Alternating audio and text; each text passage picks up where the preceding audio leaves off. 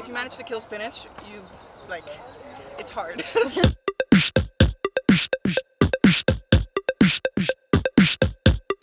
Hi everyone, so back at it again with Adinda. Today we are outside in the campus garden. I'm joining the Erasmus Sustainability Hub gardening team to obviously garden. This is the first time of my life that I actually tried to garden. I've tried to plant some chili and strawberries when I was a kid. They all died, so you can clearly tell how much I am terrible at gardening. So there's a couple of people here that's gonna show me on how to do it. I'm really excited, already got my gloves on, so we're just gonna see how it's gonna go. Check it out together. So it's spring again, and in the garden we're starting to prepare the soil and make sure that you separate all the plant material from the soil. So you try to shake out the soil because around the roots there's the most nutrient.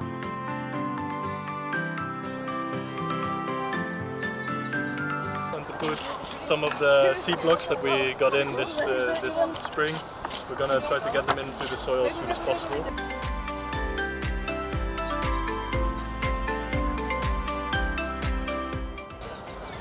We as a team come together almost every week. I would say every week to water and check up on the plants, but this open gardening session is every other week on Wednesdays. Nice.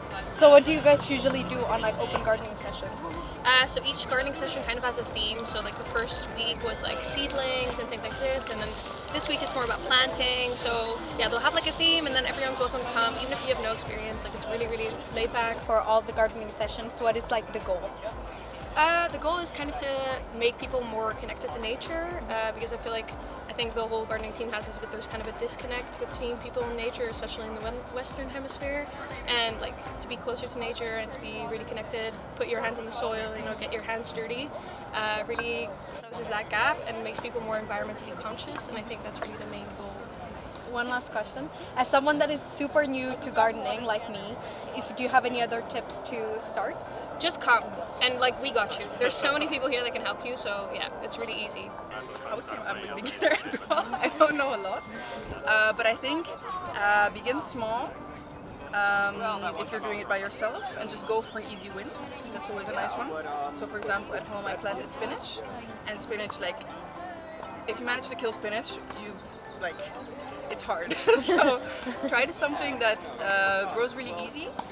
That also grows fast, so that you see the result, and I think if you do that, then you get the initial motivation and you're going to be wanting to try more.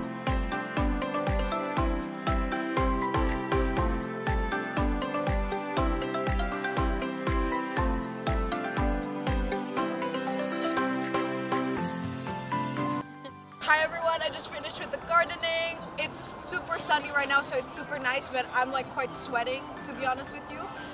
The whole experience was super fun. It was quite interesting and a bit challenging because you have to get your hands on there. There was a couple of bit of worms here and there, and I was I hate worms. I hate insects in general, so that was a whole challenge for me. But overall, how hard can it be? I would say that this is a solid 7 out of 10, just because it's not only about planting it at the beginning, it's also keeping the plants alive afterwards. So that is definitely going to be a tricky one. But yeah, I'll see you guys in the next episode of How Hard Can It Be? See you later.